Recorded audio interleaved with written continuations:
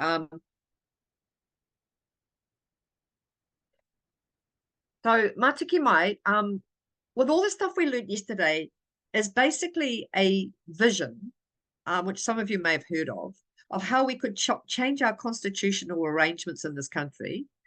Transform is the word that tangata whenua have developed, rather than the word they chose was transformation, not reform, not revolution, but transformation.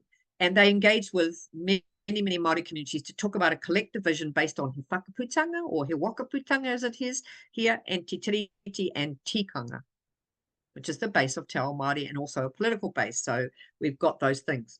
And what they have crudely suggested, I mean, I'm being crude, not them, because there's a number of models in Mātiki, is that we could have instead of the parliament, where we go there and it's based on Westminster and it's based on adversary, we could have a political arrangement around the Tino Rangatiratanga sphere, which is obviously the Māori sphere, the Kawanatanga sphere, which is obviously the non-Māori tanga te tiriti sphere, and the relational sphere, which is where we meet to discuss issues that are important to us all. Now, people are deeply threatened by co-governance, which tells you how far away we are from this, but nevertheless, if we don't have a vision, we can't work towards it. So there's a lot more in it. They did a number of hui, 160 something hui all over the country, inside prisons, teen parent units, on marae, where they talk to the people about what this come from the people. It didn't come from a blueprint invented by some academics. It come from the people. And basically it was also very much based on a set of values. So if we can go to that screen, I think that's the next one, Anna. So the most important thing when they had the conversations with the people was not, how could we draw up the rule book for a new constitution? It was, what are the values that are needed to make a communities which recognize our sovereignty and theirs? What are the values that matter? And you can see here that there's only 7, although there's also a rangatahi value list, a youth value list, and that their first value was the one, basically the one at number 4 here, the protection of Papa Atu Anuku, because I think young people feel such a strong urgency in Te Ao Māori about that. But if we look at these values, the value of tikanga, that is the need for a constitution to relate to and incorporate the core ideals, the ought to be of living in Aotearoa. Would someone like to read the next one, the value of community?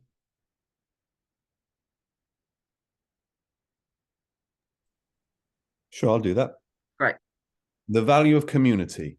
That is the need for a constitution to facilitate the fair representation and good relationships between all peoples. Yep. So this is hardly an exclusive situation where they're excluding people from their value base. I'm going to grab people. So Daniel, would you like to read 3? Yeah, sure thing. The value of belonging. That is the need for a constitution to foster a sense of belonging for everyone in the community. Great. Let's see. Jen, would you like to read number 4? Yep.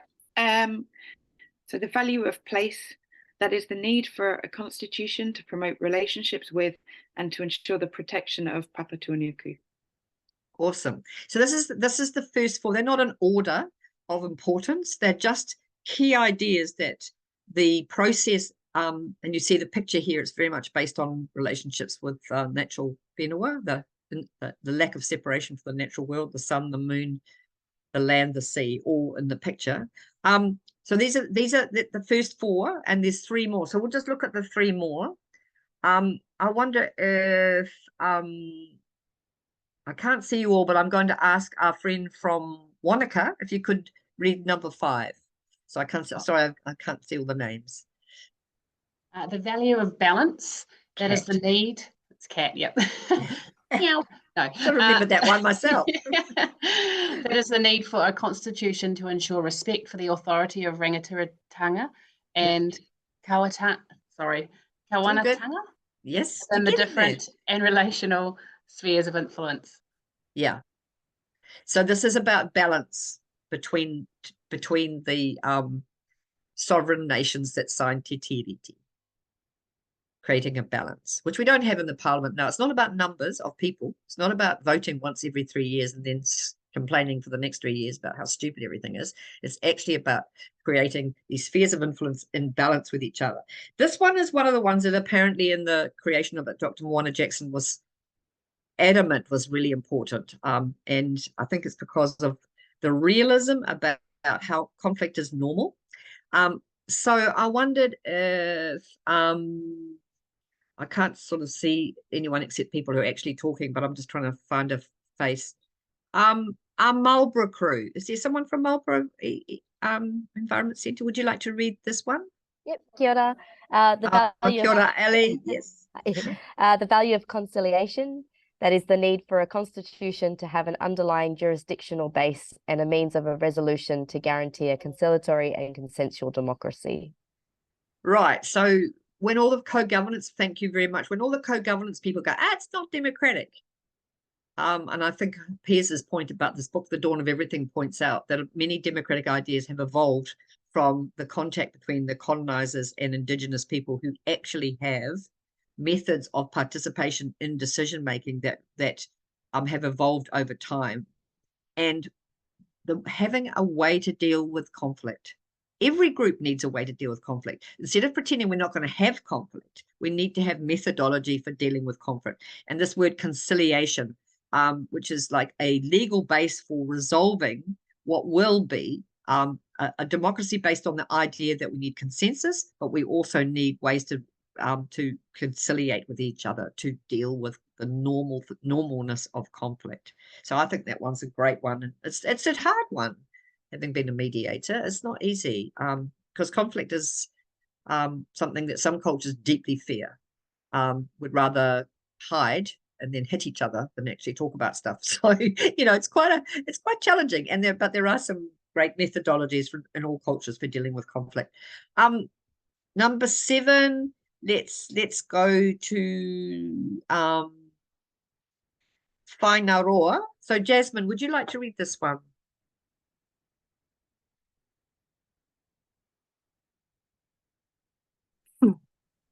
The value of structure, that is the need for a constitution to have structural conventions that promote basic democratic ideals of fair representation, openness, and transparency. Yeah, great. So that Mātiki Mai is having a lot of influence. It's influenced the Te Puni Pōkuri in the Puapua report that was seen as a terrible threat. And it's co-governance isn't really this. Co-governance is merely shared power within the Pākehā system. So co-governance is like a step, but it's hardly Tiriti, but it's a step, and we need to take all those steps and make them work. But what I like about this one, the value of structure, is that if you don't have a clear structure, you have what I call the tyranny of structurelessness. And when there's a vacuum, unhealthy power will always fill it. So in a society based on patriarchy, which is our society, if you don't have a clear structure that is based on conventions of fairness, openness, and transparency, what you get is Donald Trump. What you get is male gangs terrorizing other people, because that's what patriarchy is about. It's about violence. It's about power over, not power with. So, we actually really need to have explicit structure, and we also need all of these other things to keep it in balance. So this is hardly an anti-democratic set of values, is it? It's actually balance, conciliation, structure, all of those things. So basically, there's also the rangatahi values are similar, but the emphasis on Papatūānuku is the number one value, because without the relationship with Papatūānuku, no one survives. Cool. So moving to the next picture. And I think we'll just jump back. Actually, we'll just jump back to the main screen so I can see everybody's face. Thanks so much, Anna. So awesome. Has everybody, how many people knew about Mātiki and had read some of it? A few people, but not many, eh? So, yeah, great, Kirsten, because I know we've talked about it with Go Eco quite a bit. I just want to acknowledge that is something, it's a big report, but if you Google it, you can just get bits and read bits and you'll see they do explain how they got there and what the process was. But what Mātiki is a challenge to those of us who are not Māori to what is our value base? What do we bring to this conversation? Tikanga, whether tangata whenua have been involved in this process or not, everyone has their tikanga, everyone has their kawa. It belongs to them and it belongs to their hapu. I mean, it's pretty indisputable. But we don't have a word. We have manners and we have values, but we don't have like a one word which is based on where you are and your the families you connect to. But we do actually have practices and values in our cultures, all cultures, that are a base for what we do. And I think it's interesting Mātiki is powerful, not only because it suggests we could have different power relationships, but also that those power relationships need to be based on values, which is not the same as we should just talk about culture all the time, because, I've ranted enough about that. But when groups of people with different power are trying to rebalance power, there needs to be an explicit conversation on what we mean by what we stand for. I think that's what I'm really trying to say. So does anyone have any questions about Mātiki mai? It's a whole workshop in itself. Yes, Piers. I just wanted to ask Catherine, what's the significance of Mātiki mai? I mean, how many? Clearly, there's been many hui that have produced this. What's the? I hate to take a bit crude. What's the buy-in? What's the significance and the influence of this report? It's been much greater than I thought. Because it's a very idealistic and visionary document. But what happened is people like, as I said, Te Pone Kōkiri, what used to be Māori Affairs, have been working on the premise that we should be heading towards it. So it started a conversation across the ngā motu that we actually need to head towards constitutional transformation, and that constitutional transformation is possible. And I'm aware that not all iwi and hapu would have participated and would have their own views, but because it's based on he whakaputanga me te tiriti, it's always going to be haputanga and iwi that will have their right to do it their way. But I think it's actually having much greater influence than we would have thought. Even in Te Ao Pākehā, there's been a lot of discussion and debate. So it's starting to. Mona Jackson did a lot of the final writing, and attended every single hui, and he had a vision of by 2040, and his kōrero was always about it's Ngāti Kahanunu, Ngāti Pro leader. His kōrero was always about it's our imagination. We have to imagine things before we do them. And if you can't imagine them, you don't do them. And so, people would say, oh, this is impossible to shift from a racist colonial country to this vision. And he would always say, well, the first thing is to make the act of imagination. And I think that's very powerful. And it also puts out a challenge to the rest of us who are not part of a hapu or iwi, who don't whakapapa Māori, to who is the we, because we, to go through a process such as they went through, which was to use the structures of the community that exists, the tikanga that exists, to have conversations, Pākehā conversations. You have, where do we gather? This is particularly problematic for, marginalized groups such as Indian and Chinese and other cultures in this country often have more coherent, because they're marginalized, they hold together. And have more spaces where they maintain culture. But for Pākehā, because of our dominance, we're kind of everywhere but nowhere. So it's quite difficult to answer the question about how we're going to have these conversations. And that's where Te Tiriti movement has a leadership role in trying to hold these conversations with ourselves first, with our own organizations first, and then with our communities step by step. It's too slow, but it's got to be done. If I may, I'm really involved in degrowth advocacy, so we're really interested in the idea of transforming the economy, economic democracy, living with ecological limits. We're part of a global movement. More and more people around the world, particularly all the amazing people in Spain, are beginning to look towards New Zealand. But those of us who are involved in New Zealand are going, we can't develop this unless it's a Te Ao Maori vision. So I'm just wondering, I'm kind of excited by Matiki Mai, because I'm thinking this could be a really, really useful document for those of us who want to help develop a Te Ao Maori vision for transformation. Yeah, I mean, the crisis that we're in. Yeah, exactly. But I'm not sure that tangata whenua need to develop a vision because they already got one.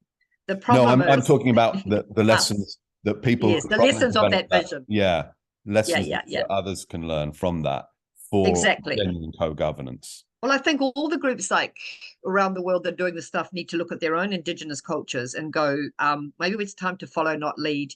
And how can we negotiate a discussion? Because the idea of ecological limits is implicit when you see your relationships, your connection to the earth is relational rather than in a dominant sense. So it's quite challenging for intellectual Westerners because we're really used to trying to think our way out of thinking, because I'm understanding exactly why people are working on degrowth. It is essential. It is essential we stop growing, but it is a given already in Te Ao Māori. So the deep listening that can happen and the following of leadership in that space will lead to a change.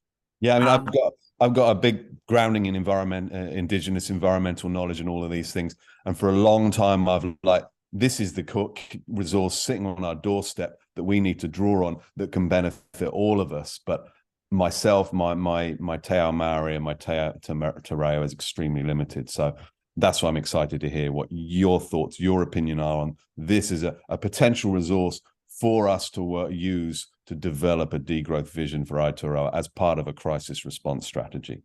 Indeed. But the first step is relationships. So it doesn't matter how much we know or think we know about these issues without the right relationships and without a willingness to listen deeply to what tangata whenua are saying about the state of our relationships, we can't progress this. Yeah. So that's why I do this work, because I'm, as a passionate environmentalist who believes in degrowth, I know that those ideas have very limited capacity to change the world unless they are Tiriti based and unless we learn to follow. Because the problem with our what's been expressed to me is that we're a transactional culture, and so we see this. So we're not here to take from tangata whenua their solutions. It's not a transactional thing. It's not a resource. It's a relationship. And from relationships, anything's possible. But without relationships, we cannot take or attempt to take tangata whenua ideas about the world and use them for our crisis. Do you see what I'm saying? You're hitting the nail on the head there, Catherine. Yeah. It's this instrumental logic that's so intrinsic to the whole Western mode of civilization that's at the very heart of the problem. And right on our doorstep are all these other cultures that have an other way of doing things that we need to relearn. Exactly. And it's about having relationships. It's not about having theories. But, we could talk, because this fascinates me, this stuff. All good. Okay. Let's keep going. So when I asked you last night whether you had time, if you had time to think about maybe what were the values, and I'd love to hear from some of you who've been a little quiet in the last 2 days, because I really want to get to know your voices. What did anybody do a bit of thinking about that? Like, what do you think the values actually are that drive your centre, not what's written on the wall? Did anyone, particularly those who haven't said much, did any of you do a bit of thinking about that? Would like to contribute something? Millie, go. Yes, I had a quick little think. I came up with a few. Great. Just being compassion, community, honesty, and service. Awesome. So you can see, if you look at the Matiki list, how the things fit together or complement each other or challenge each other. And I think that's why we do this, is to have a think, because your like compassion, community, what was it? Compassion, community, service, one of them. And honesty. Some of them are personal values and some of them are collective values, and so it's about exploring with your group, what does that mean? Because honesty for a group of people, what does that actually mean? It's kind of challenging. So hopefully it means you can have refreshing and robust, sometimes disagreements, you know, but compassionately. So it's kind of like looking at those values. And if you think about the treaty relationship in relation to your hub, how honest is your hub about its relationship with tangata whenua? How compassionate is your hub about justice and the past damaging things? What service do you do to the treaty relationship? So you can use those values to have a think about that. So that's awesome work. Thank you very much, Millie. Does anyone else have a think about the values that they feel underpin their centre? So I did. Oh, I went back and I looked at our WEC Whangaroa values, which are on the wall: manaakitanga, Yeah. kaitiakitanga, and kotahitanga.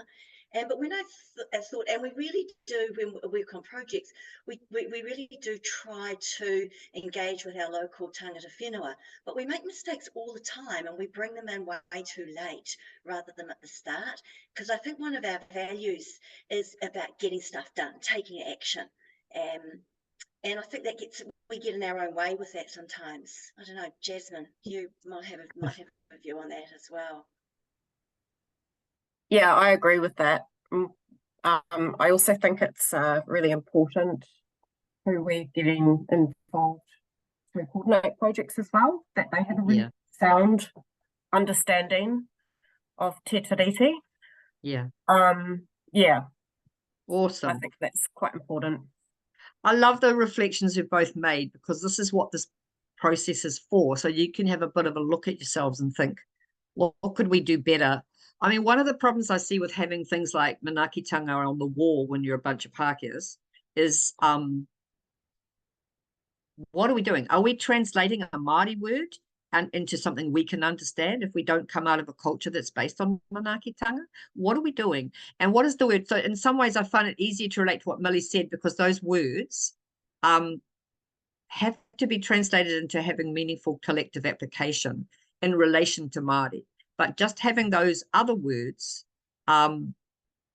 which are beautiful words and concepts, unless you have Māori leadership and you're constantly unpacking it with their guidance, it is a little bit of a tricky place to be, because it makes it hard for you to know what we actually mean. So how do we apply something we want to understand, but we don't necessarily we haven't got the background and we don't want to appropriate it. So yeah, it is challenging, but I loved your quarter, Denise, about time. So not talking to people early enough. It's like what Dan, I think, said about being really busy. Daniel said about being really busy and trying to get stuff done, and then making mistakes. So mistakes are learning. Everything else is just information. But the most important thing is when you make a mistake is, what do we do with it? So that we don't just keep making that. Yeah. Can I also just a comment has just occurred to me now, you know, when you, with iha, and the things that we need to tick off, if you like, to meet our funding requirements for iha, that also, I think, and correct me if I'm wrong, but I feel like it pushes us in that direction of getting shit done. Right. Awesome comment. I mean, this is a conversation for iha people, not for me, because I'm not in, well, I am, we're a kind of basket, we're a kind of friend associate group, but I mean, at the heart of some of the conflict in this country is different concepts of time and what getting shit done actually means. So, and what shit are you doing? You know, so are you doing ally work? Are you getting ally shit done as centres? Are you going when tangata whenua have a struggle? Are you backing them? Or is that not on the list because you're supposed to be getting other shit done? So it's not easy, is it? But it's like, that is a question. To be reflective leaders in this space, it's so important. What you're raising is like, what are the expectations of this organization that's funding? Funding's a terrible master, you know, because we're all involved with ticking the box for funders. And so you've got to be creative with this stuff and do what's really important alongside the funding, and then write something about it. You know, I'm just really, you know, like, These people should work for us, not us for them.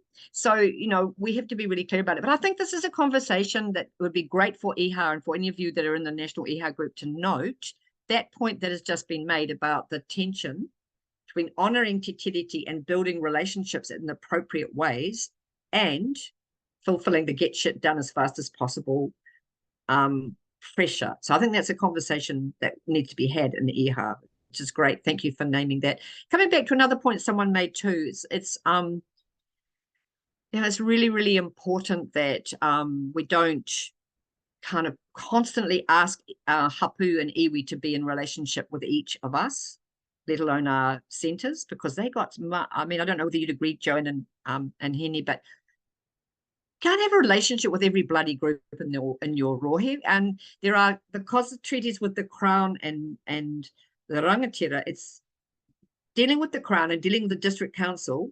That's a huge amount of work which is imposed upon tangata whenua. So that, I don't know, there isn't a resource base to kind of have a personal relationship with every little environmental group in your rohe. So what is it that we are giving that's supporting rather than what is it that we're wanting? I get a lot of groups in this space wanting to have a kaumatua, and I'm like, what for? They're busy. You know, like it's all take sometimes. And I think we have to really watch that tendency. We need this to be living up to our treaty obligations. Do you?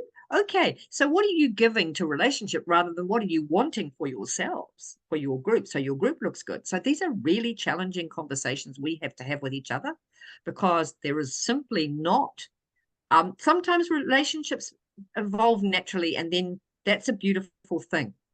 But we're not here to take the precious time and energy of people who are literally rebuilding their culture despite the rest of us. So, you know, that's my challenge back on that. So awesome. Thank you very much.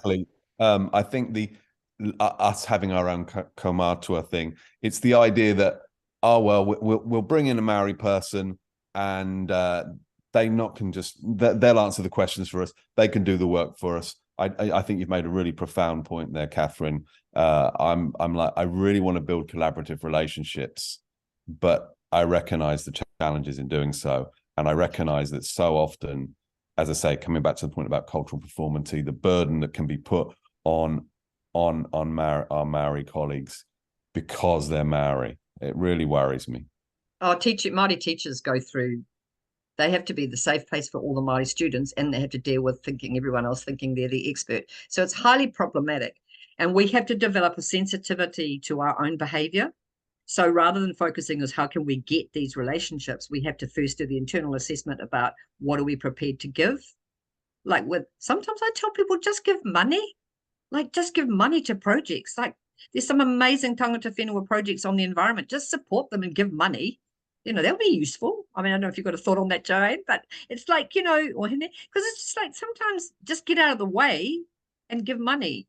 Or, you know, because there's a real rebuilding going on. There's a kaitiakitanga project in many areas where young people are now working as whakapapa-based kaitiaki. And like, we just need to support.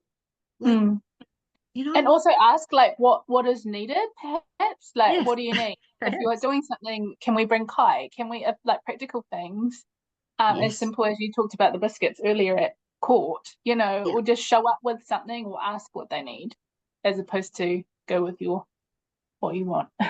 yeah, the wish list. We have the wish list to be the right treaty partner, but that's not what we're doing here. No, thank you, Henny, because that's exactly right. Joanne. Can I jump in with an example? And it's not like we're totally not right, you know, there. Yeah.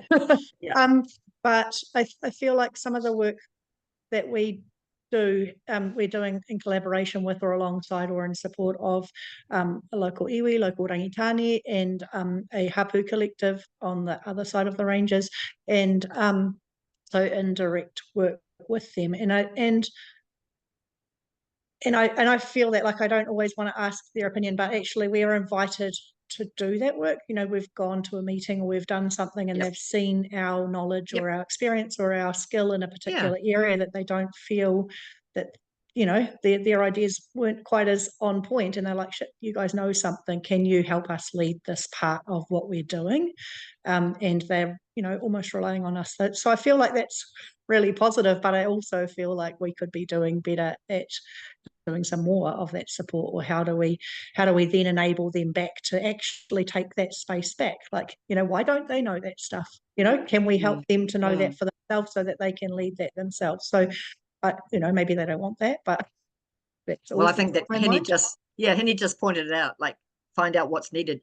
If you're responding to what's needed, I'm in this group, The Basket, and we're doing a lot of work around food redistribution, which is not food sovereignty, which is really the goal. But tangata whenua organisations here have said, we can't, like, for example, we're working with Te Wharaki or Manawahine or Hauraki, which is Māori Women's Refuge, and they say we can't stop violence if people don't even have food. So this country is in a desperate state because quite a few people don't have food. So actually they want, and they're tangata whenua, many of them. So basically they said to us, help us with the food, and this is how you can help with the food stuff. Rather than, we want to all go for food sovereignty and have the conversation about land back. But in reality, right now, we can't help our people heal without food. So there's a practical thing there. And we're following advice. So when people say to me, oh, yeah, but it's not food sovereignty or security, it's just redistribution. I'm like, yeah, but they ask us to do it. And they've got an analysis of why, and I'm bloody well doing it, you know? So it's really about following, you know? Awesome. Great, Mads. Anyone else want to comment? Just a comment on like services. If a lot of the groups here provide a service, like who is that service primarily going to, and how can you ensure that Māori perhaps are getting like first access to that, or even know about what services are provided? Because often there's some awesome work going on, but the people who really need it aren't even in that space. So to think about how, you know, relationships can in turn mean that those services are actually going first, and if we think about equity, to the ones that need it.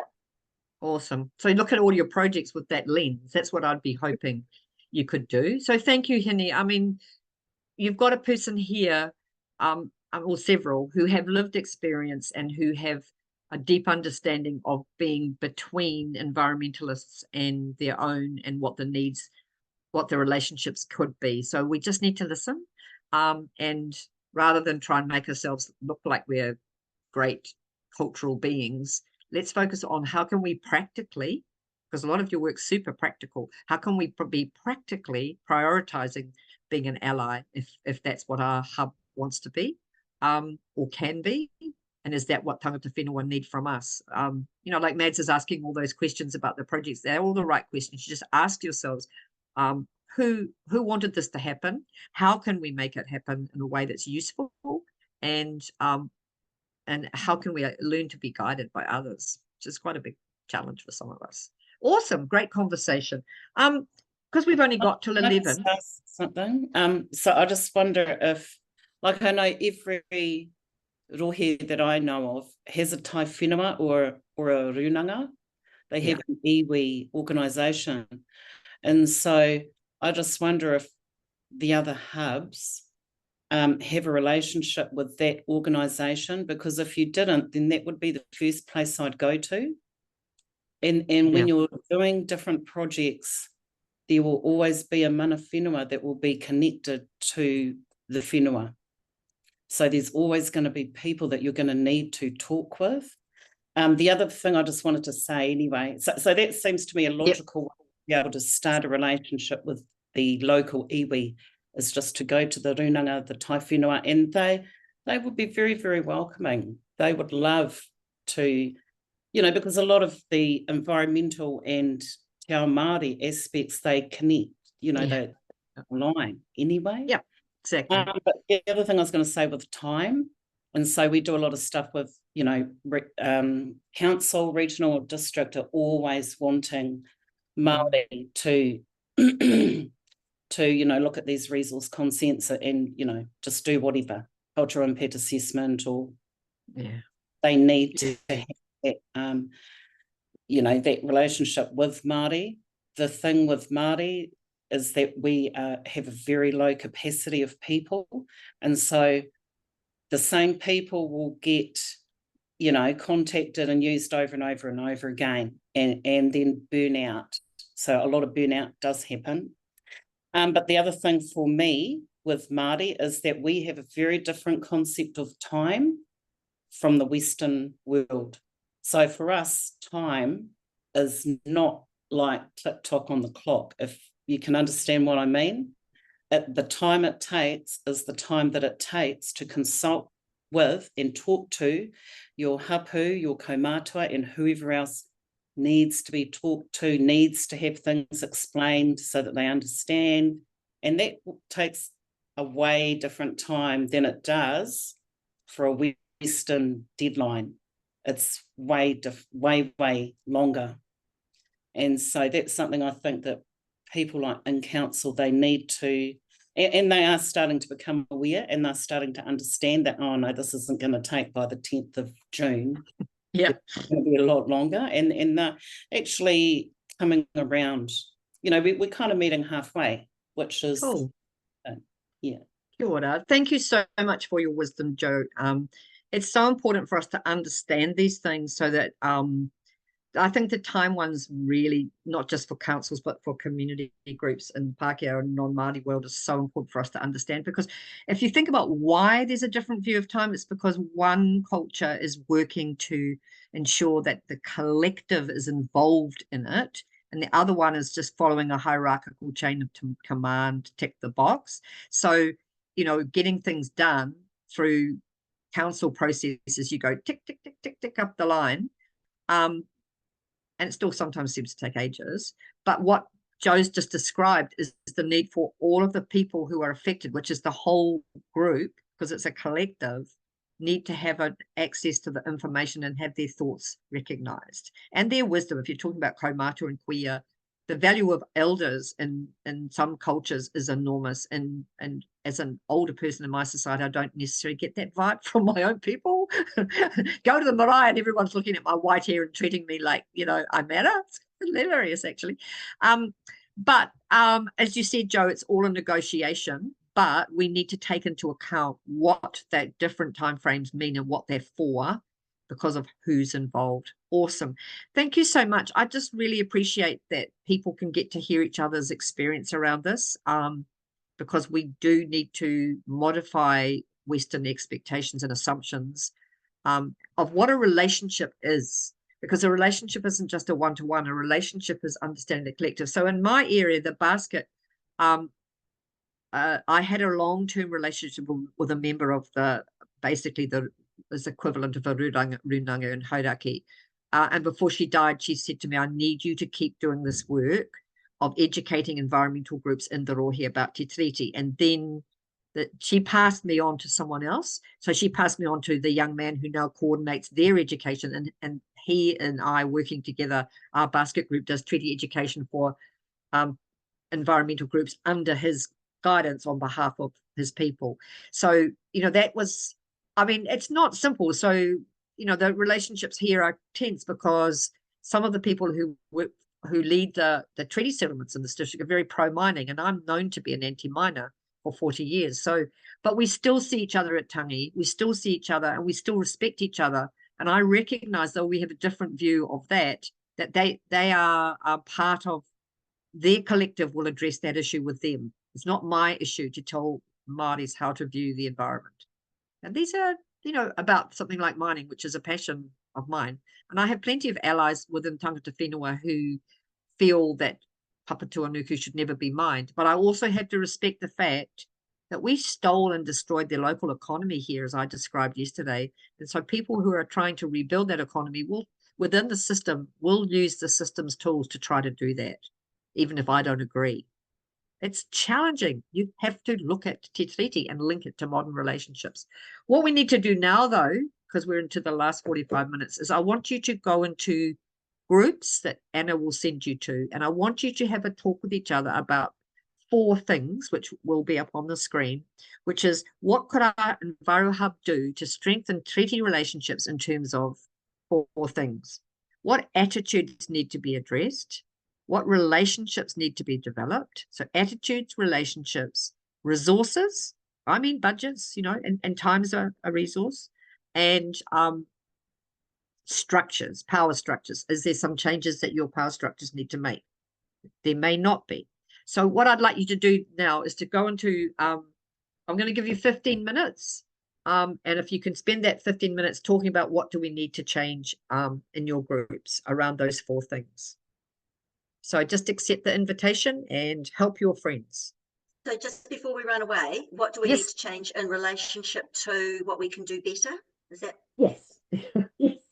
Yes. So how can you, what attitudes need to be improved in order to get a better treaty relationship? What relationships need to be built? And you might need to be by starting, like Jade has to start with her own people in her area, in her hub, because she doesn't know who her allies are yet, you know. So those relationships have to be strengthened in order to participate. It'll be different.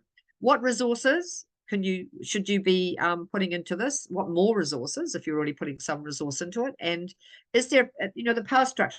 I don't know the structure of each hub, they're all different, but is there something, some groups very much can base their structures on a Tiriti model because they have Māori and Pākehā leadership in the organization. If you don't, you're more of an ally organization. You need to talk about that and say we need an ally power structure. We need to think about ourselves as allies, so we have an external relationships that need to be built rather than changing until such time. Or will we ever, we may never be anything but a Pākehā or a tangata tiriti organization, but we can be, which is what my group is, but we're allies and we're accountable to tangata whenua, and that's our power structure that we recognize, that we need to be accountable. I know this is huge. Do your best and just help each other, because it's, even if you can just think of a few practical things, that would be great. And then we'll feed it back. Thank you, people. Cool. Can I just say, I would take a photo of the slide or write down those 4 things, because I think you lose the screen when you go into breakout rooms. And there's a way to send it, but I don't know what it is. Yeah, I feel like, if you can just screenshot it or something. Yeah. How long would you like for these? 15. I'm going to give them a good length of time. I need a good length of time. Yeah. All right. Cool. Thank you, Anna. You're absolutely a star. I couldn't do this without you, literally. All right. I've got so much to think about. I'm like, I think I've got you. Cool.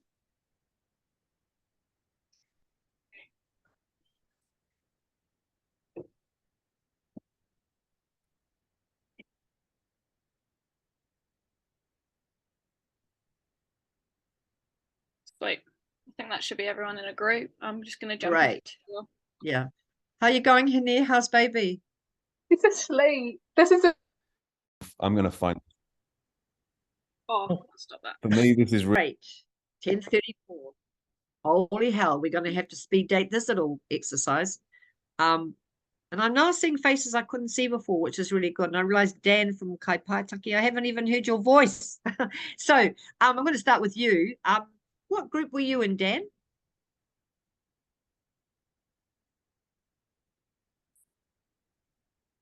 Oh, you're on mute for some reason. Go. Yeah. Here now. I can't remember everyone's names in the group. Millie was one of them. Yeah. I don't know, maybe you can wave a few in my group. Kirsten. Do you want cool, to report back, or did someone take notes? Who wants to report back? I did. Great. Well, that'd be great, Dan. Please do. Been quiet enough, I may as well. Yeah. In now. Yeah. Please do. Yeah. So we found that a lot of these sort of tie in with each other big time. Yep. So especially the first 2, what we sort of started saying with attitude was having the attitude of like the first step in any project is actually to reach out and relate and engage. And then there was a lot of praise for the idea of being supportive of mana whenua projects that are already existing outside of what we're doing, and like go there with the idea to give and to support rather than to just ask what we want from it. Awesome. There was also a mention of like divides, like mending, I guess, divides and attitudes within organizations. Yes. And then also like the difficulty when you do have Maori values with Maori words like printed up all over the place, and it sounds great, but English speaking Pākehā or whatever not necessarily going to be able to relate to it. So finding that translation and figuring out how to deal with that. And then another comment was like moving from, you know, in our organization, there's a lot of learning going on, and there's a great attitude of learning, but you know, it's hard to bring that into actually actively doing something. So trying to find the attitude of how to be active about it rather than just being active about passively learning. Yeah. That makes sense. It does. It does. Yeah. And it ties in with relationships, obviously, like all of these things, to be an ally, as was mentioned earlier, and to support projects that are already happening rather than just trying to get things out of it. And yeah, thinking of relationships as like having time to work alongside mana whenua and people working in these projects. And then the other comment was on like how is like our center, for example, perceived by Maori people, like when they come in, and if they see, like, if your center is called environment center or whatever, like what does that mean? Are we separating environment from people? And you know, is it a comfortable space?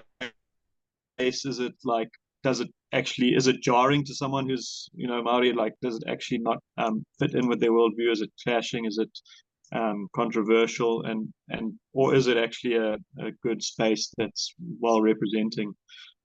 So yeah, that's another thing to do with relationships. And again, it's just talking and having feedback and relationships. In terms of resources, I mean, obviously time and funding just come up again and again. Yep. I think we all understand that, like, actually putting in time outside of just ticking the boxes is what's needed, and it's really hard, but we need to find ways to get funding to do that, or allow our funding to do that. And yeah, I guess one of the things that came up was, you know, if we find projects that align before we even go for funding, you know, we could find out what's going on, find projects that align, go and can ask and build that relationship first, and then design the concept of our project, and then actually go for funding, look for funding, rather than, you know, come up with a project and then get funding and then try and build relationships after that. So it's actually even earlier on. Yeah, good.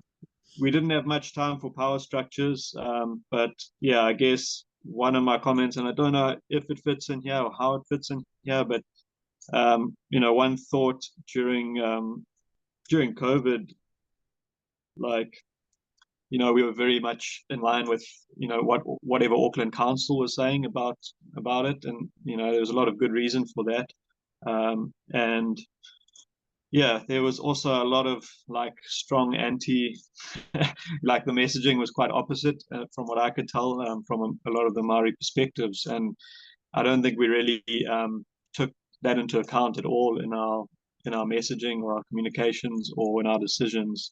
And I wonder, yeah, how, if we were to, you know, think differently about our power structures, how we would have made decisions differently or communicated differently during that time period. We didn't really have time to go much more into that. Well, that's very good. You've raised a lot of really interesting issues. Is anyone else from the group wanting to add to what Dan reported back? Because it seems very thorough, but there might be more. I just wanted to comment on a couple of them. I think what you said about, you know, making time for things. I mean, one of the ways we signal as allies is that, you know, when appropriate, you go to tangi. When appropriate, you go to important Māori events in the rohe, you show up and behave appropriately, then you're showing that you understand that this is about a holistic culture, not one that's just about when we go to work. You know, that is, relationships are recognizing different ways of doing things, and what's really important is being in the rohe you're in. So I don't think it matters what you call your center, but I do think it matters what you signal around the place names where you're at. So Kaipatiki is a good name because it reflects, and I've had a long conversation with some of your people about that name. I'm trying to learn about that name, but it's important. The most important thing is that we actually recognize where we are and what the land's called, its real names, rather than just the imposed colonial name. So I think, but how we treat people and how we welcome people and whether we give them time and whether we give them our hospitality, that's more important than having everything in Te Reo Māori. I'm seeing Joe nodding because again, it comes back to that kōrero about we're not trying to be Māori. Okay. If we're Pākehā or non-Māori from other cultures, we're trying to be ourselves, our best selves, which is our most respectful of others. So it's rather than everybody signaling the same stuff. But I think what you've raised is really interesting, Dan, around like messaging and around what you signal. So you can signal in messaging a respect for other cultures and different ways of doing things, and signal your acknowledgement of tangata whenua, because you all put out newsletters and you all do this stuff. So I've been trying to say to one of the groups up here, you don't even use the correct Māori names for places. Start there. And you don't signal that the importance of the Māori environmental projects. You don't co-opt them, but you need to signal there's some amazing stuff going on and how you can support that. That's leadership. But that's a great effort. Thank you for that group for raising all those really interesting issues. We've got to keep moving because of time.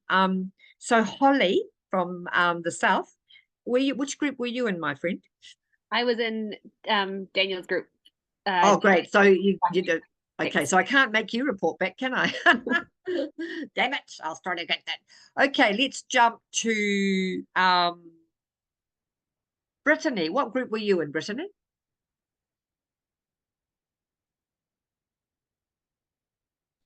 Kia ora. I was with Jade. I was actually with Ali at first, but then I dropped the call. But I was with Jade and Denise and Jasmine. Yep. And did you nominate someone to report back, or would you feel able to? I can highlight a couple points and then maybe someone can jump in. We talked about relationships and how important they are and how they take a long time to develop, and we have to be patient. And also we, on the back of that, addressed the fact that these organizations have high turnover because of contracts and funding limitations. So things are getting better, but historically I've been with my organization in Taranaki for 7 years, and I've had a totally different team over the last year and a half. We've got a completely new set of people. So we talked about how that turnover can impact our relationships, for one, and for two, we're not having a standard induction process. So perhaps it's a good conversation for IHA to support our environmental hubs, to give us the resources and to say, this is a really good starting pack for inducting somebody. And these are the resources that we recommend that they read before joining your organization. Awesome. So that's something we've always wanted to work on, but we just have never had the capacity. We've never really had the resources or the funding to pay someone to do that correctly. So those are some things I'd like to take away.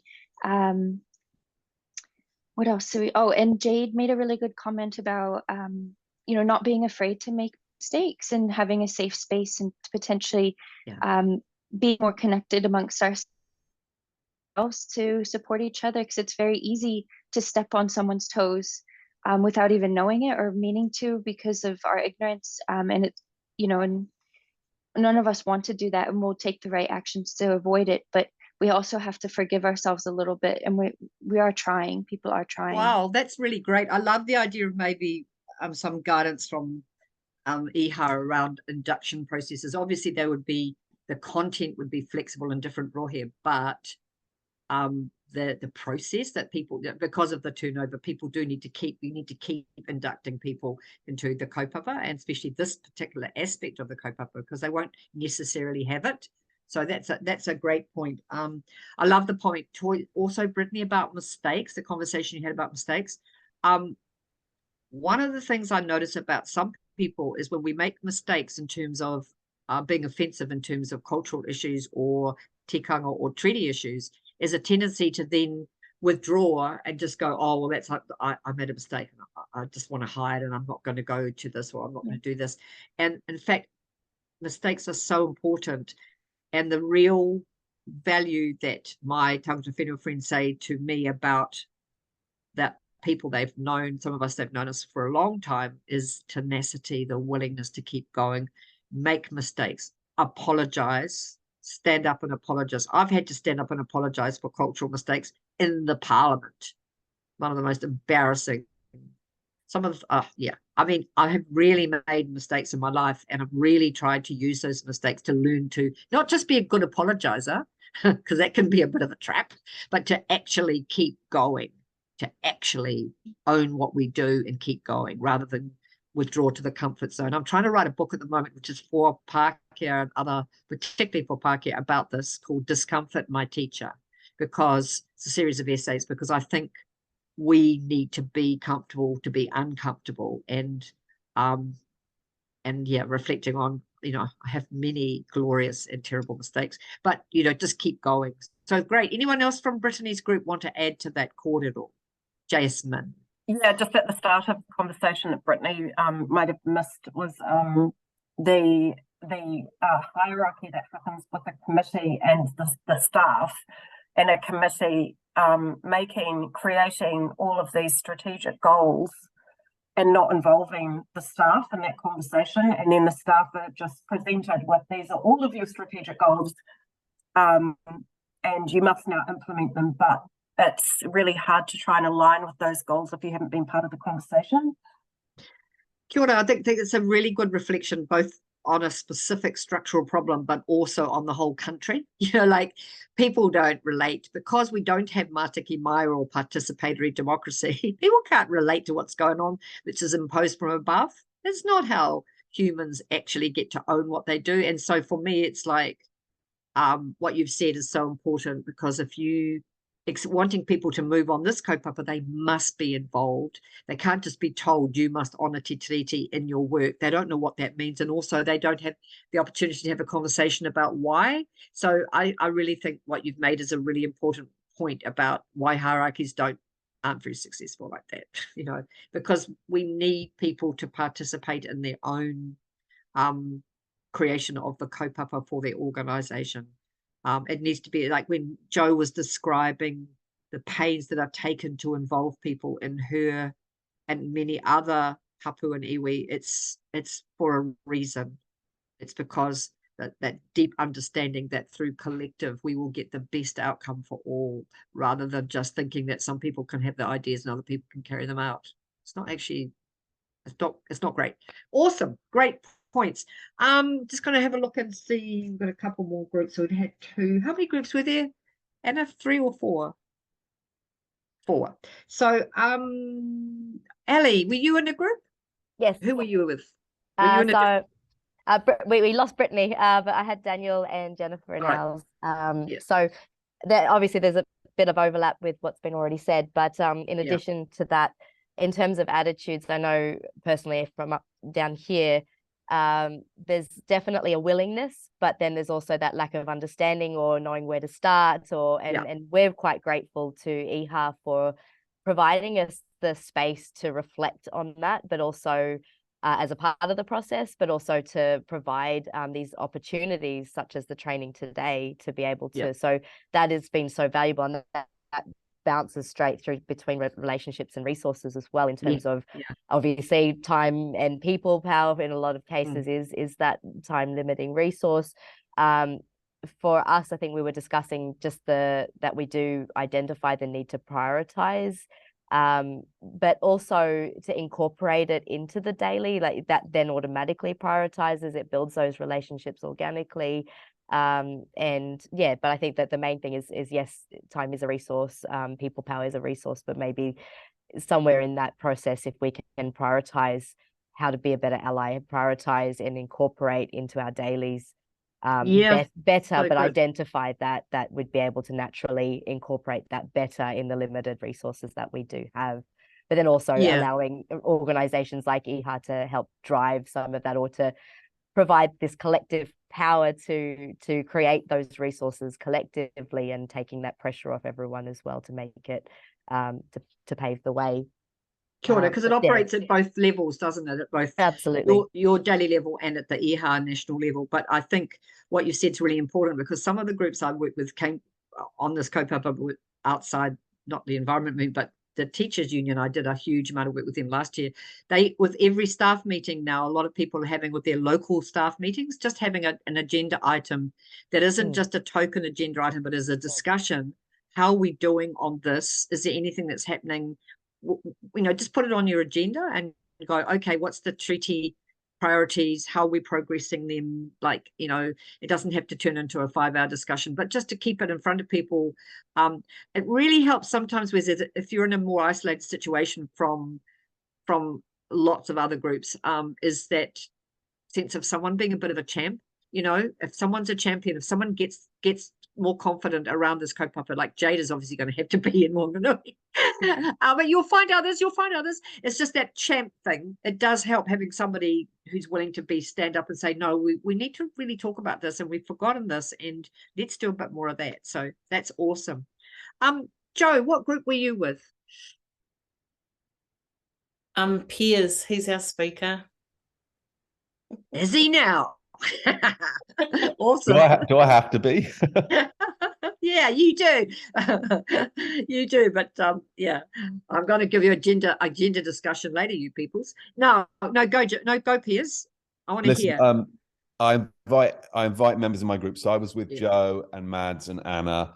If they want to jump in, feel free. I'm not sure I can do justice to our discussion, and so much has already been raised that's really valid. So I don't want to just repeat everything. No, don't. Just give us the new stuff. One of the things I mentioned is I think we were trying to get a sense of what each other's organization and their role is, so we could get an understanding of what their differential challenges were, so we could learn from the differences. And that was quite interesting for us. So I think we did tend to focus on structures and relationships. And for myself, I was honest about the fact that, at Christchurch Enviro Hub, we've got strong relationships with the councils that are our major funders. We've got our projects, but we don't really have any really good relationships with Runanga. And I just went back to our website and I was just shocked to see that, we don't even use the word Otautati on our website. And I'm like, I know we've spoken about nominalism and performativity, but I just look at our website and it just doesn't look like anything that attracts or would interest Maori at all. And I'm just thinking, work to do. So that's just an acknowledgement for me about that. Cool. That's a great discussion. I think we did have broad discussions. And, there was so much that I was learning from Mads and Joe about their situation, and also from Anna. And we were pointing out about, it's interesting, one of the other points about the leadership role that IHA itself can make, because I commented to Anna that whenever we've had opportunities to attend sessions or to engage with them, it's really, really helped us. So, the hub at the heart of the hubs can play a really important role, and we really, really appreciate what it does for us, because it helps us do our job better. So awesome. Thanks very much, Piers. I think just a small point, like Otatahi could be in your name without being tokenistic, because it's actually just the name of the place. It needs to be. Everyone else does. It's just I can't. It's embarrassing that we haven't even done it. But you can start working on, and it's a small point, but it's just a starting point. And I like the way your group all talked about your different situations and structurals, because I think one of the things you don't have time for is to get to know each other and support each other on this kaupapa, because you're all facing in different rohi, but you're all facing similar challenges. So you really need to support each other. And I think IHA nationally has a huge role to play. And I'm really grateful for Hene's contributions today, and obviously her contributions full stop. But you can't expect one person.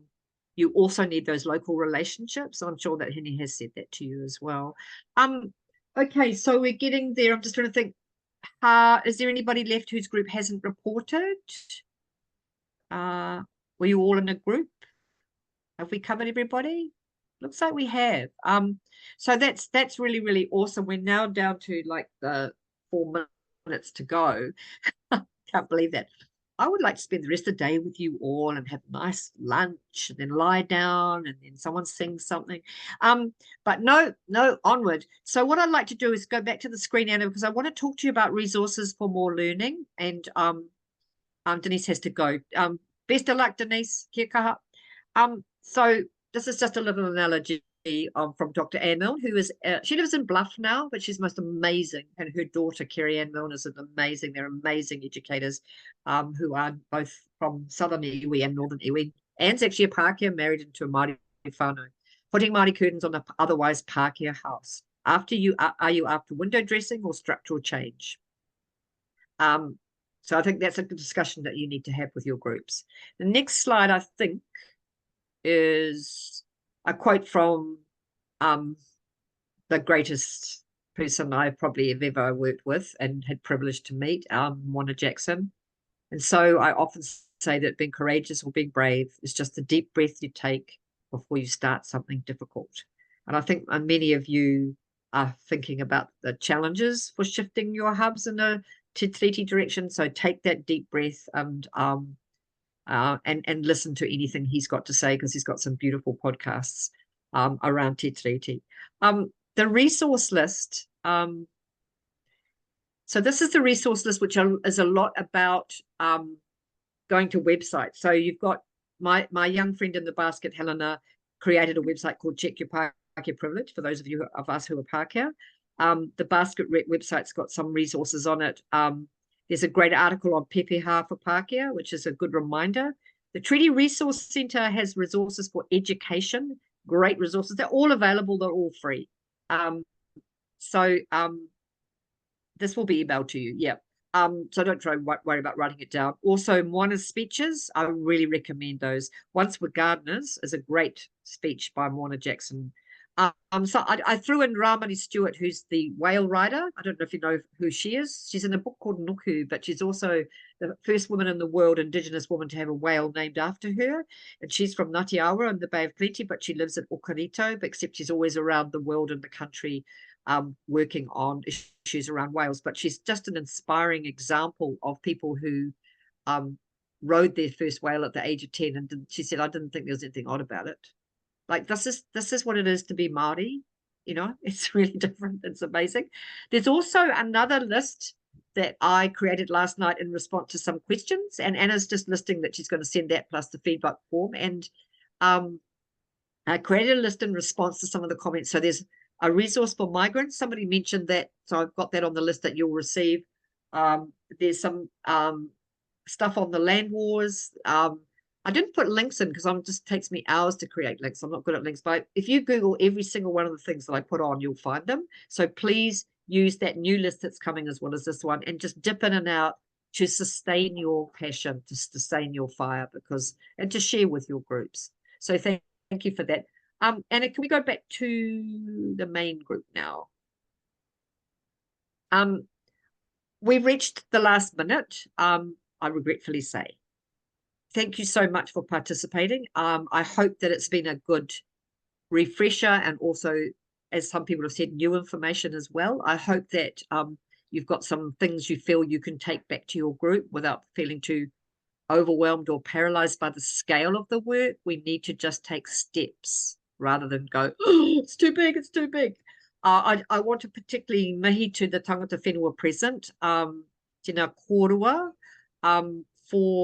that I know of, for your contributions and leadership in this space, and also to all the rest of the tangata tiriti for your openness and open hearts, because that's what's going to make this work. Thank you, everybody, for allowing me to be in this role. Our little group, the Basket's sort of connected to you, so I am hoping that we will meet one day, actually in the flesh, and that we can do more work together. In terms of closing, I wondered, would anyone like to close our hui in terms of a closing of any form?